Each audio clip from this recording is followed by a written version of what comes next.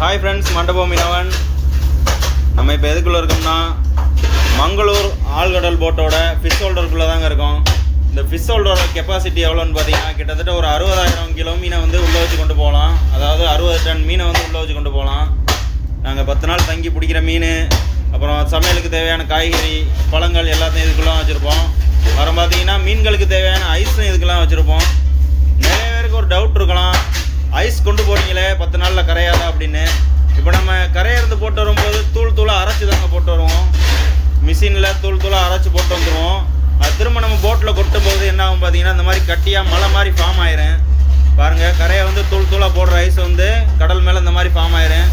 அதனால் ஐஸ் அந்தளவுக்கு கரையாதுங்க. இன்னொன்று என்னென்னா ஸ்டோரேஜ் வந்து ரொம்ப ஒரு பவர்ஃபுல்லாக போட்டிருப்பாங்க. அந்தளவுக்கு கூலிங் எதுவுமே வெளியே போகாது. ஸோ அதனால் ஐஸ் எதுவுமே அந்தளவுக்கு கரையாது.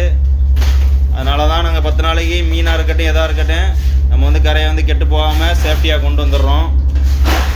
ஒன்று என்னென்னா அந்த ஐஸ்லாம் எதுவுமே கெமிக்கல் மிக்ஸ் பண்ணதே இல்லைங்க.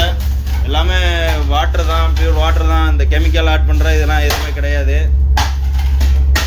இந்த தகவல் உங்களுக்கு பிடிச்சிருந்தா மறக்காமல் லைக் பண்ணிடுங்க. இன்னொன்று என்னென்னா இந்த ஐஸ் உடைக்கிற சாதாரண விஷயம் இல்லைங்க. ரொம்ப ஒரு ஹார்டாக இருக்கும், கல் மாதிரி இருக்கும். உடைக்கிற ரொம்பவும் கஷ்டம், குறுக்கெலாம் வலிக்கும். என்னென்னா சவுல் வந்து ஒவ்வொரு ட்ரிப்புக்கு வந்து ஒவ்வொரு புது சவுல் வாங்கிட்டே இருப்போம். இந்த டைம் அதான் சவுல் வந்து இந்த அடிக்கிற அடியில் உடஞ்சிருமுங்க, உடையிற கூட வாய்ப்பு இருக்குது. உடஞ்சும் போயிருக்கு. இந்த வீடியோ யாருக்கெல்லாம் பிடிச்சிருந்துச்சுன்னே மறக்காமல் கமெண்டில் சொல்லுங்கள்.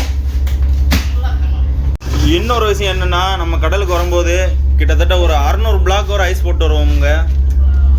600 பிளாக்னால் அந்த இருக்குது பார்த்தீங்களா, இதுதான் ஃப்ரண்ட் பகுதி, அதாவது முன்பகுதி, போட்டோட முன்பகுதியில் ஃபுல்லாக போட்டுருவோம். அதுக்கப்புறம் பார்த்தீங்கன்னா இந்த இடத்துல ஐஸ் தான் இருக்கேன், இந்த இடத்துல ஐஸ் தான் இருக்கேன். அப்புறம் இந்த இது ஃபுல்லாக ஐஸாக தாங்க இருக்கேன். இப்போ இது எல்லாமே காலி ஆயிடுச்சு. ஏன்னா நம்ம இன்னையோட கடலுக்கு வந்து 10வது நாள் ஆளனால ஐஸ் எல்லாமே காலி ஆயிடுச்சுங்க. கிட்டத்தட்ட இப்போ 600 பிளாக்னால் கிட்டத்தட்ட எப்படியும் ஒரு 30 டன் ஐஸ் கொண்டு வருவோங்க.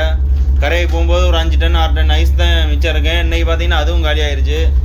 எப்படி ஒன்று ஒரு நாள் இழுத்தோம்னா அந்த ஐஸ் எல்லாமே காலி ஆயிரும்.